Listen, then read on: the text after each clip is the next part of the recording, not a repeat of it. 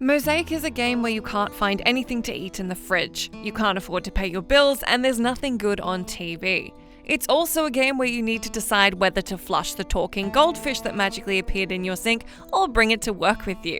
That's the main takeaway I came away with after the 40-odd minute demo I played ahead of Mosaic's yet-to-be-determined release date. The vibe of Krillbite's latest adventure is that of your absolute worst day turned up to 11. The environment is cold and empty, the characters are expressionless, your job is crappy, and your company regularly sends you stats on how badly you're performing compared to your colleagues. No one will make eye contact with you in the elevator, and there's nothing about you or your life that appears to set you apart from anybody else in your corporate dystopia.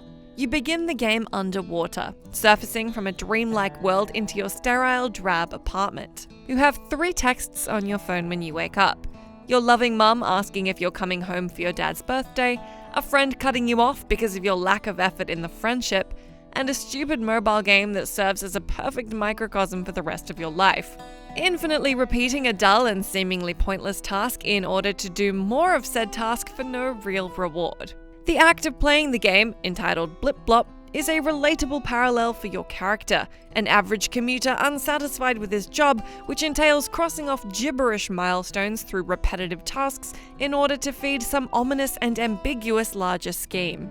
There's a palpable sense of loneliness, isolation, and despondency, but it's this tone that makes you curious enough to act out, since to stick to the status quo would be, quite frankly, depressing. There's no other incentive to do so, and, as with the real world, it's easy to turn right when you hit the sidewalk and follow the expressionless parade of workers down the big grey street, past the big grey cars, to your big grey building to do your stunningly dull grey work tasks.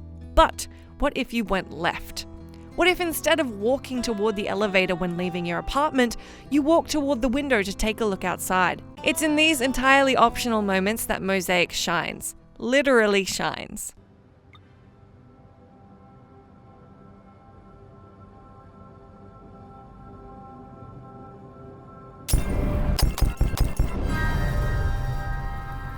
Peering out the window causes a saturated rainbow to weave above your head, and clicking on it when it appears makes all sorts of things happen, from breaking the window and being enveloped by an imagined sunset, to saving a cat from a tree and having it purr with gratitude in your arms.